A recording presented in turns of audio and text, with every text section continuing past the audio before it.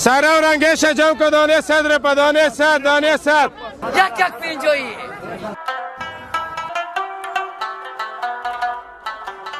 چندول کې بس خرڅي دا هم د پروش بیا دا یو نیم کراچوانان رانیسي بیا په کراچي کې خرڅي.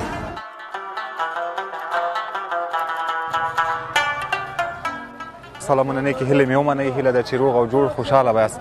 دا په کابل کې د سینمای پامیر هغه سیمه ده چیرته چې د لیلامي توکي یا د دویم لاس توکي ډیر زیات اندازه باندې پیدا کیږي. دلته دوکانونه هم شته دي او د سړک په سر باندې دغه کراچۍ چې تاسو ګورئ 100 افغانۍ 50 افغانۍ دا خلک چیغې وهي او د دویم پکې کاروبار جوړ ده. زه به نن په دغه پروګرام کې تاسو لپاره د لیلامي توکي در وپېژنم او دغه راز چې کوم توکي ډیر زیات پلورل کیږي او د دې ترڅنګ دوکانونو ته به هم لاړ شو. دغه جریان به تاسو ټول تر پایه راسره وګورئ.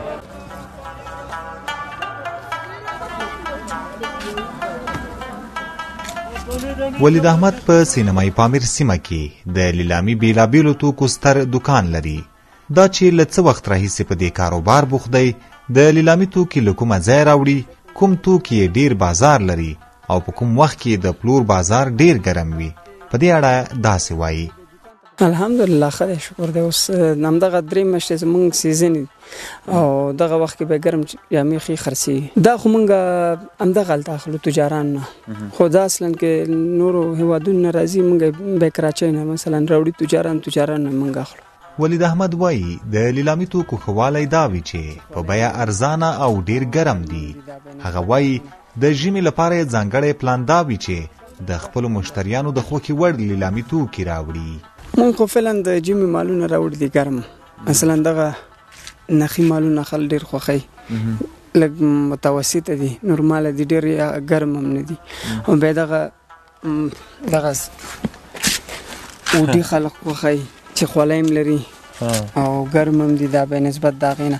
بیا دغه جاکټې دي مونږ سره، دغه بخملي شلوارونه دي او بخمل شلوارونه دي، دا هم ګرم دي، هم کیفیت نسبت د نوو نه ښه دی. هر رنګ هر ډیزاین لري، نو نه نرخونه هم ارزانه دي، کیفیت هم ښه دی، ګرم هم دي. دغه 2 میاشتې 3 میاشتې ژمي کې دا خرڅېږي. مثلا د دې قیمت څو ده؟ د قیمت 300 دی، 200 پورې موږ خرڅوو. جاوید د کابل ښار اوسیدونکی دی. هغه وایي په بازار کې ګران بیه ژمني توکي نشي پیرلی، نو ځکه یې د لیلامۍ توکي انتخاب کړي دي.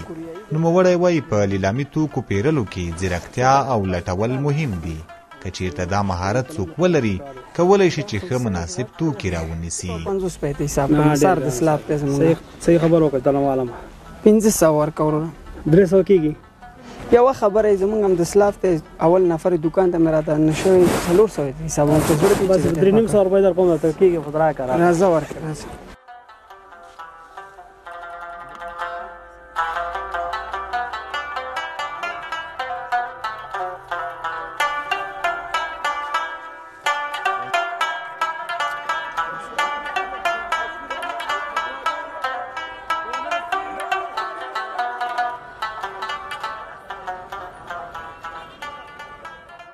ولا دا سی ورکوټ لکه مې دغه پر دغه جمپر واغست او بس نوې شوزونه پر واسه نه رسیږي دغه لامي شوزونه دغه پر بیا خدای لکه څه د لکه نو نه دغه کارزان دي او بس خلک اقتصاد خراب دي قانون نشته دي هم دې لپاره خلک راځي دغه لامي شوزونه سو په 500 سو 200 سل هم دغه سلام کړي دي بس بیا دې کې خدای داسې د لګ مضبوط هم دي او هغه د اقتصاد کم خدي بیا ارزان تمامي ولا لامي خدا سره چې بس وګرځي ور پسې خشم پیدا کیږي لکه مثلا جمپری یا مثلا داس جاکټ یا جمپری بس خلک هم دې خاطر هم داسې ګرځي ټول ورځم دغه خلک د شوزون کې ګوتې وي بس کوم نیم شي داسې خپې پیدا کیږي خلک یالي بس کوړه وړي په دې چې ارزان دي دې لپاره چې د خلکو اقتصاد خراب دي او د نوې شوزونه باندې چا واسه نه رسیږي د خاطر راځي د خلک د لامي شوزونه لید د خاطر چې د ارزان تماميږي او که مثلا د نوې شاله په 300 500 روپۍ دلته ملاويږي په د سل یو نیم سل 200 روپۍ ته ملاويږي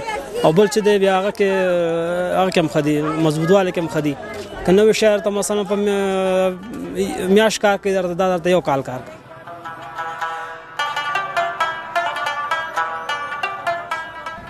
په سینمای پامیر سیمه کې د لیلامي دکانونو سربیره ډیر شمیر توکي د سړک پر څنډو په کراچیو کې هم پلورل کیږي. بشیر احمد یو له هغو لیلامي پلورونکو څخه دی چې د سړک پر سر په کراچۍ کې د لیلامي توکي پلوري. دا چې دا توکي له کومه کوي او کاروبار یې څنګه دی په دې اړه داسې وایي.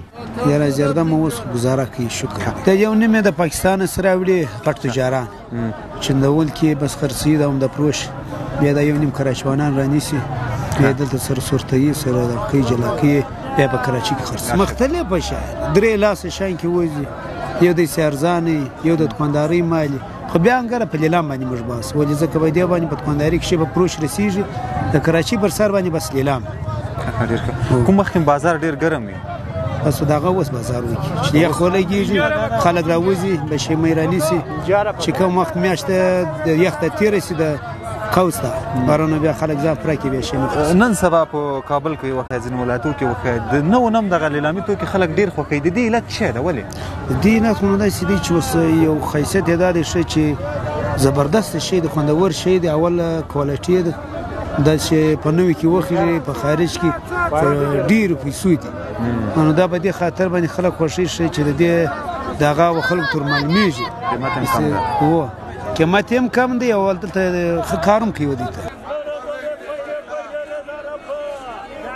50 ګرم مالونه یوازې 50 افغانۍ. په افغانستان کې د ټول نفوس شاوخوا نیمه برخه وګړي له اقتصادي ستونزو سره لاس او ګریوان دي. دا یو عمده لامل دی چې په افغانستان کې د لیلامۍ یا دویم لاس توکو د پیر او پلور بازار ګرم دی. د ژمي په موسم کې د اغوستونکو ګرمو توکو بازار ډیر ګرم وي.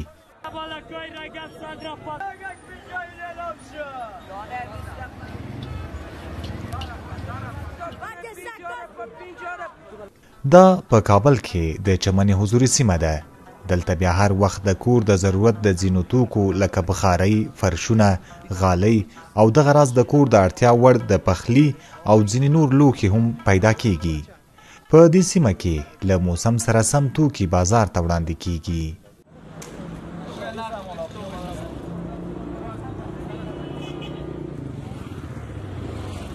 درنو کتونکو تاسو د نن ورځې د لیلامۍ په پروګرام کې وکتل چې د دویم لاس توکي څنګه وو.